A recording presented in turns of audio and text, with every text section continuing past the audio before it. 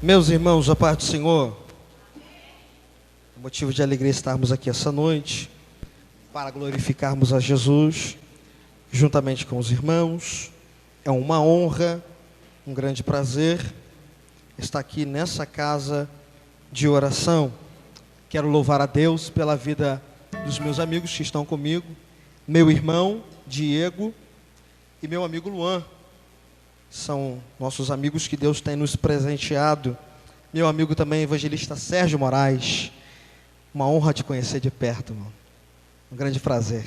Amém? Pastor Humberto Barbosa, temos acompanhado também. Pastor Ari, Deus abençoe a sua vida, sua esposa. Meu amigo pastor Daniel Silva, Deus abençoe a sua vida, por essa oportunidade. Aos irmãos, Deus abençoe as suas vidas nessa noite. Abra comigo, por favor, a sua Bíblia no livro de Levíticos, capítulo de número 6. Livro de Levíticos, capítulo de número 6.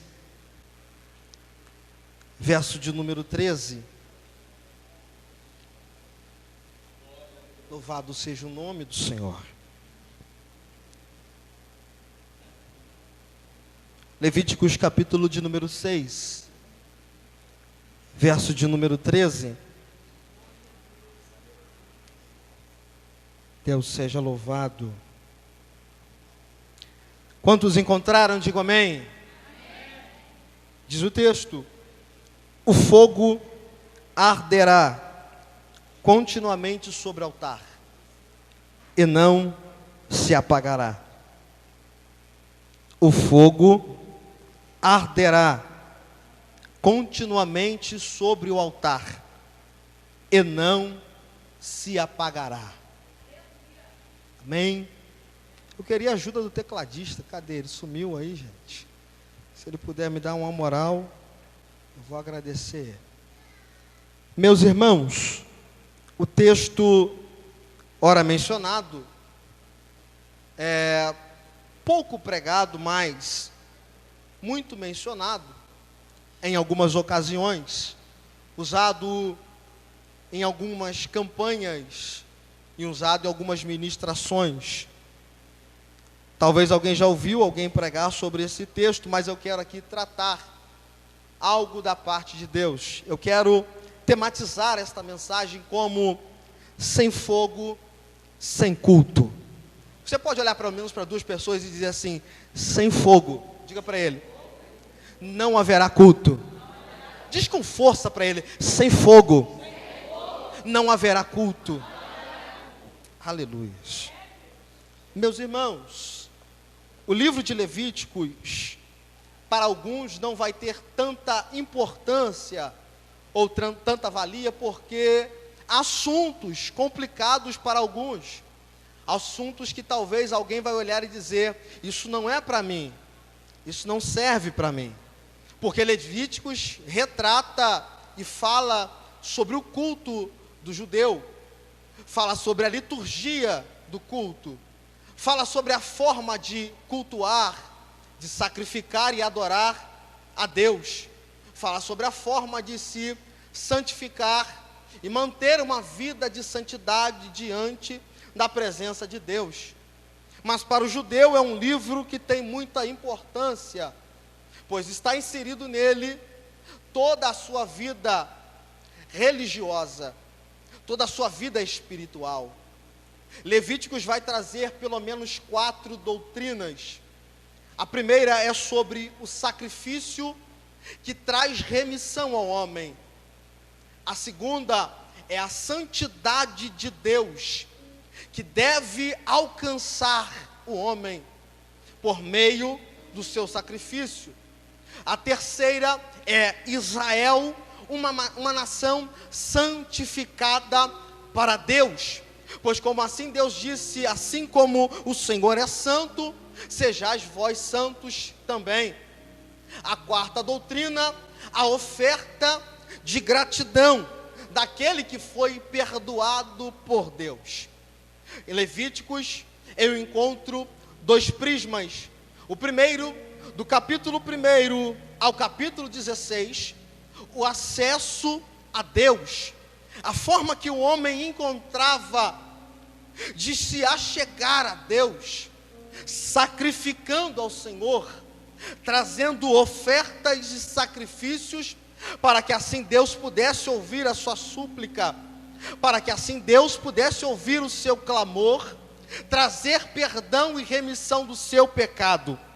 O segundo prisma é o relacionamento de Deus com o homem na terra. Deus ensinava o seu povo a como se relacionar com Ele, a como manter uma vida de santidade diante dEle. Do capítulo 17 ao capítulo 27, encontramos o relacionamento de Deus com o homem. Quando eu medito em Levíticos, do capítulo 1 ao capítulo 16, eu vejo a forma e a obra vicária de Cristo, o Cordeiro Pascual, pois sem Ele não teríamos acesso a Deus, não teríamos como chegar a Deus. Ele mesmo vai dizer em João capítulo 14, quando vai ser interrogado por Tomé, dizendo para ele: nós não sabemos o caminho, e nem sabemos para onde o Senhor vai. Aí Jesus olha para ele e disse assim: eu sou o caminho, eu sou a verdade, eu sou a vida. Jesus afirma para os seus discípulos que Ele é o caminho, que Ele é a via de mão única, que Ele é a estrada que leva a Deus Pai. Sim, em João capítulo 10, Ele vai dizer: eu sou a porta das ovelhas. E se você for observar, porta é objeto de passagem, porta é acesso que temos para um ambiente diferente. Você entrou pela porta da igreja, você saiu da rua, entrou num ambiente diferente do que está lá fora. Jesus Cristo é a nossa porta, Jesus Cristo é o nosso acesso a um ambiente diferente. Quando Ele está presente, a gente entende que o ambiente é diferente, a gente sente que o ambiente é diferente, a gente percebe que o ambiente é diferente, porque Ele é o acesso a um ambiente diferente do que a gente vive. Quando Ele está presente, o ambiente não é como o ambiente de uma escola. Quando Ele está presente, o ambiente não é como o ambiente da rua. Quando Ele está presente, não é como o ambiente de uma roda de amigos. Quando Ele está presente, o ambiente é diferente, porque Ele é o acesso, porque Ele é a porta. Em Apocalipse 3, versículo 8, Jesus Cristo disse por intermédio de uma carta escrita à igreja de Filadélfia, e Ele vai dizer: eis que diante de ti pus uma porta aberta, ao qual ninguém pode fechar. Aí no versículo seguinte Ele expressa dizendo: e mesmo tendo pouca força, não negaste o meu nome, mas guardaste a sua paciência. Porque quando a porta está aberta, a gente tem mais vigor. Quando a porta está aberta, a gente tem disposição. Quando a porta está aberta, a gente tem força para permanecer de pé. Porta aberta fala de força, porta aberta fala de oportunidade. Enquanto a porta da arca estava aberta, os homens ainda tinham oportunidade de se salvarem, mas quando o dilúvio veio, Deus fechou a porta por fora e cessou a oportunidade. O texto mencionado nessa noite em Mateus capítulo 25 fala de 10 virgens, 5 loucas, 5 prudentes, que vão adormecer esperando a chegada do noivo. Mas alguém vai vir trazendo um alarido de grito, dizendo: aí vem o esposo, saí-lhe ao encontro. A Bíblia diz que as loucas levantaram desesperadas, tentando conseguir um azeite emprestado, e não conseguiram. Foram atrás de um azeite para que pudessem entrar, mas quando elas chegaram, a porta estava fechada. Porta aberta é oportunidade. Porta aberta é oportunidade. Eu venho pregar para alguém e dizer que você ainda tem oportunidade. A porta ainda está aberta. Jesus Cristo é o nosso acesso. Em Hebreus ele escreve dizendo: tendes, pois, irmãos, ousadia para entrar no santuário de Deus pelo novo e pelo vivo caminho que ele nos proporcionou pelo seu sangue. Caminho aberto, porta aberta. Jesus Cristo nos Levíticos fala de um acesso a Deus. O segundo prisma, que é do capítulo 17 ao capítulo 27, fala de um relacionamento com Deus. Pois, desde a queda de Adão, Deus já não descia mais para se relacionar com o homem, mas Deus descia apenas com propósitos específicos, usava o homem no momento específico, para aquele período específico. Deus não se relacionava mais com o homem como era com Adão. Eu vejo a Bíblia dizendo que Moisés entrava para falar com Deus, e quando Moisés saía, o Espírito estava sobre a sua face, pois a sua face resplandecia diante dos homens. O Espírito descia sobre Moisés, o Espírito desceu sobre os juízes da casa do Senhor, para julgar a nação de Israel, para dar livramento à nação de Israel. O Espírito desceu sobre os profetas que estavam profetizando antes, durante e depois do cativeiro. O Espírito desceu para poder fazer propósitos específicos em épocas específicas. Mas um dia, depois do sangue ser vertido, depois do véu ser rasgado, e aquele que foi pendurado no madeiro dizer: consumado está, 50 dias depois, o Espírito desceu numa casa onde estavam 120 reunidos, clamando ao Deus Pai pela presença do Espírito. O Espírito desceu sobre aqueles crentes e nunca mais voltou, e o homem passou a ser casa e morada de Deus. O homem já não é mais um instrumento, só apenas um instrumento, mas o homem passou a ser morada de Deus. Pega na mão do irmão, pega na mão do vizinho, diga para ele: você é casa de Deus. Diz para ele: você é morada de Deus. Quem te usa e te descarta é o diabo. Deus te usa e quer morar em você. Deus te usa e quer habitar em você. Este é o segundo prisma de Levíticos. Aí Moisés recebe a ordem de Deus para como se deveria ser feito o holocausto. O holocausto é uma oferta que deveria ser queimada por completo. Uma oferta que deveria ser queimada por inteiro. Quando eu vejo a Bíblia dizendo sobre sacrifício, sobre holocausto, que deveria ser queimado por completo, eu vejo a minha e a sua vida, porque a gente tem uma vida que deve ser queimada por completo, deve ser entregue por completo, deve ser deixada no altar por completo. A Bíblia diz que quando Noé ele sai da arca, ele sacrifica a Deus. Deus recebe o sacrifício de Noé, sente o suave cheiro do sacrifício de Noé, se agrada do sacrifício. Abraão, quando sacrifica a Deus, Deus passa no meio do sacrifício de Abraão e disse: Abraão, eu te faço hoje um concerto contigo.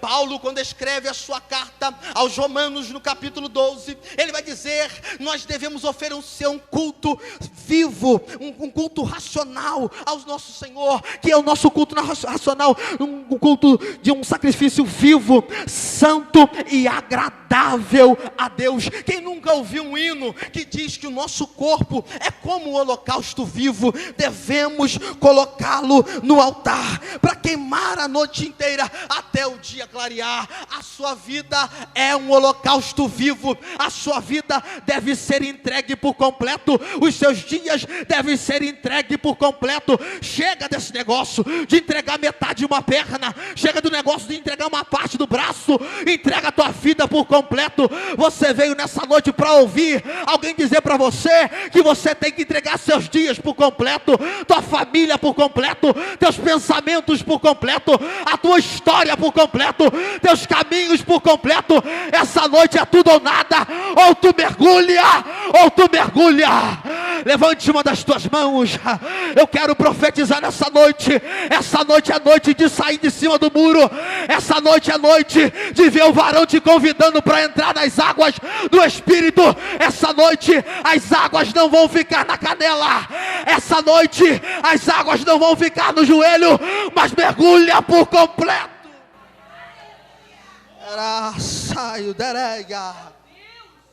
Aleluia. Holocausto, oferta queimada por completo.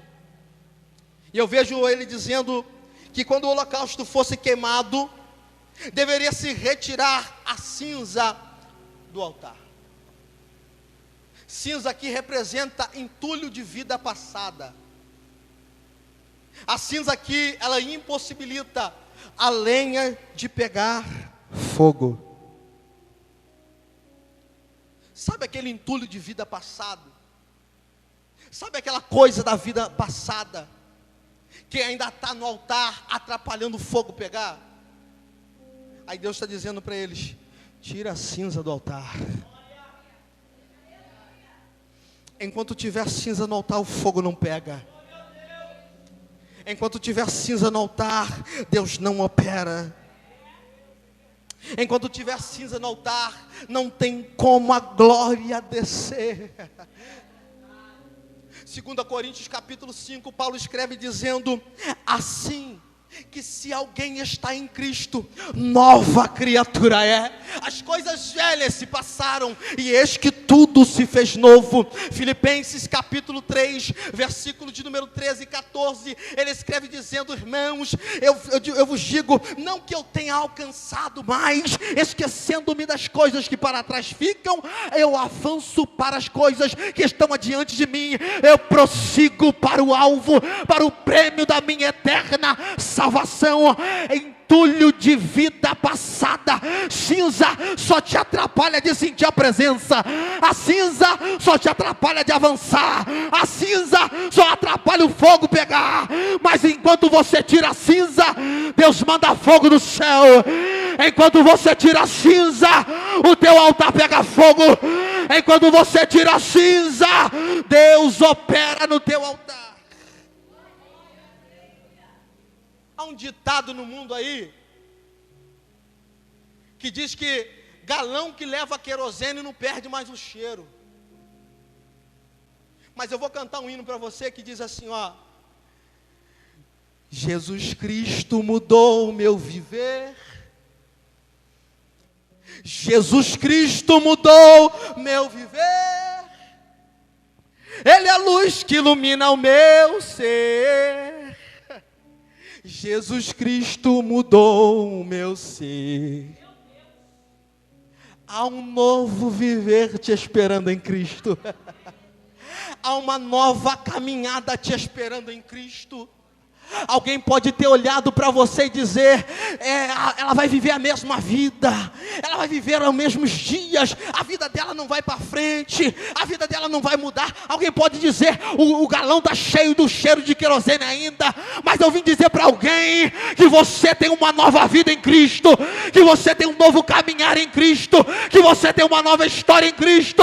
Há uma nova história te esperando em Cristo Jesus. Cinzas no altar. As cinzas eram responsabilidade do sacerdote de tirar. E aqui eu acho algo muito interessante, é que a cinza não era do sacerdote. Mas a responsabilidade de tirar a cinza era do sacerdote. A cinza era do ofertante em pecado, mas quem retirava a cinza era o sacerdote. Aí eu vejo alguma coisa aqui pra gente, que a gente às vezes tem que se sujar para tirar a cinza do altar de alguém. Já viu aquele tapete velho esquecido e guardado? Que você pega, tá cheio de poeira, você leva para fora, dá uns tapas nele, a poeira sai, mas você fica todo sujo da poeira. Se for alérgico ainda sai espirrando, mas você limpa o tapete. O sacerdote era responsável por tirar a cinza do altar. E quando ele retirava a cinza do altar, levava a cinza para fora, ele limpava as suas vestes, tirava as suas vestes, se purificava, tomava um banho, se limpava e voltava para continuar o sacrifício e o culto. Aí eu vejo algo muito interessante para a gente, é que tem altares cheios de cinzas, que a responsabilidade ainda é do sacerdote de tirar. Aí eu vejo uma parábola de um bom samaritano, de um homem que descia de Jerusalém para Jericó, e o sacerdote passa, vê e sai de perto.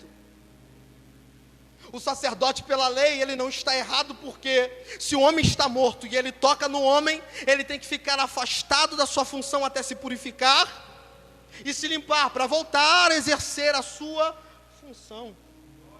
O sacerdote não poderia tocar em um morto, a não ser que fosse o morto da sua família. O sumo sacerdote, nem na casa onde tivesse o morto, poderia entrar. Mas por causa de uma lei, o sacerdote não tocava no morto.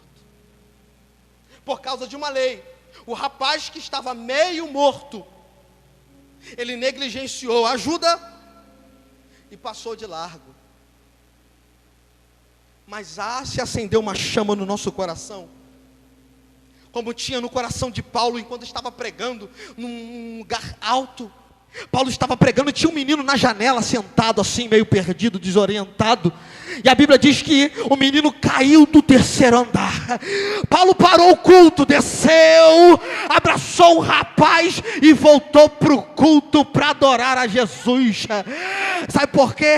Porque tem sacerdote que se importa mais com uma vida do que com o culto que ele está realizando, porque vale mais uma alma. Oh, glória! Se essa chama acender no nosso peito, de a gente se preocupar, parar o culto, abraçar aquele que caiu, que está precisando de uma ajuda, voltar para o culto abraçado com ele, glorificando a Jesus.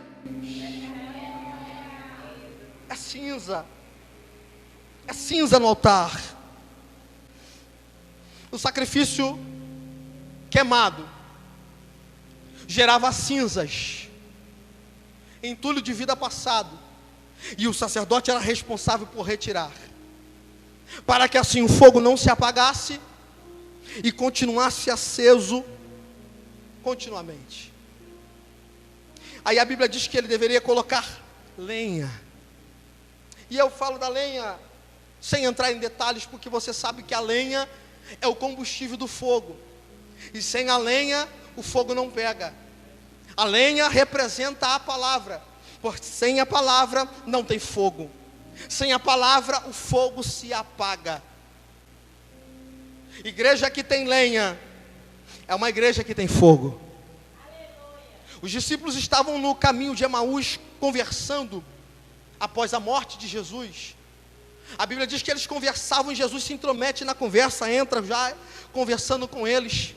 Ao fim da caminhada, ele disse um para o outro, Jesus já tinha saído, eles vão, você percebeu que enquanto ele falava com a gente, abria da escritura, o nosso coração pegava fogo?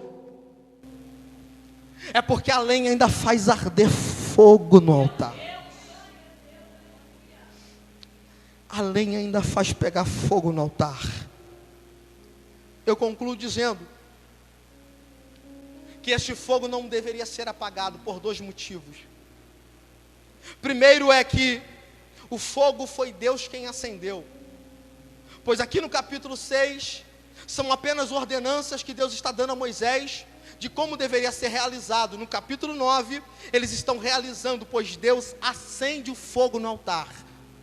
E o fogo não poderia ser apagado, pois o fogo era a própria glória de Deus no meio deles. O segundo motivo é que se o fogo se apagasse, a glória também ia embora. Você pode curvar sua cabeça? Abraçar alguém aí?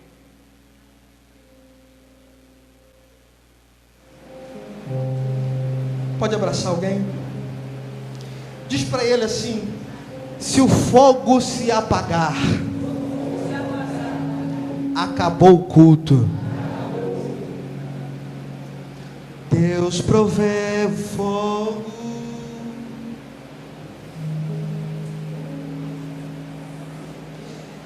e é o sacrifício.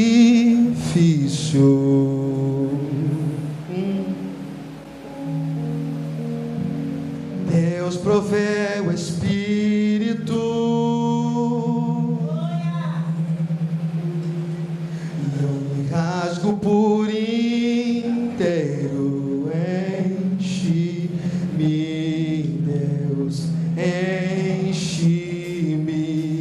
Deus, enche-me, Deus, enche-me. Deus provê o fogo,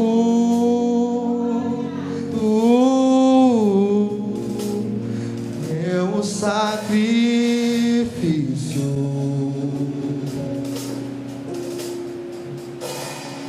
Deus provê o Espírito,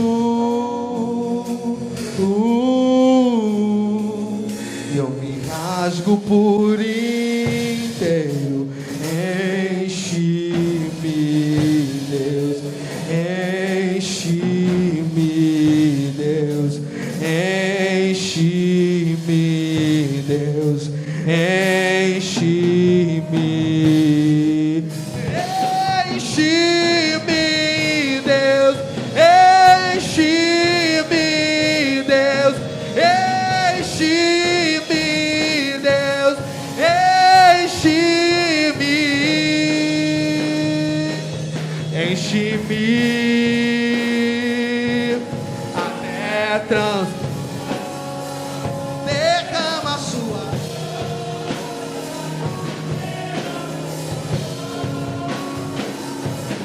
Enche-me até transbordar.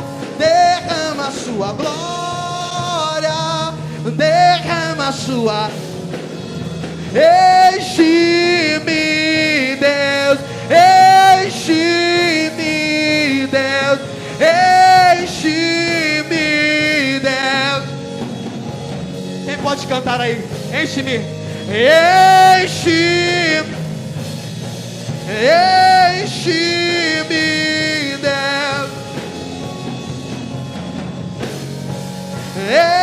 enche-me, enche-me até transbordar. Derrama a sua glória, derrama a sua. Enche-me até transbordar. Derrama a sua, derrama a sua. Enche-me.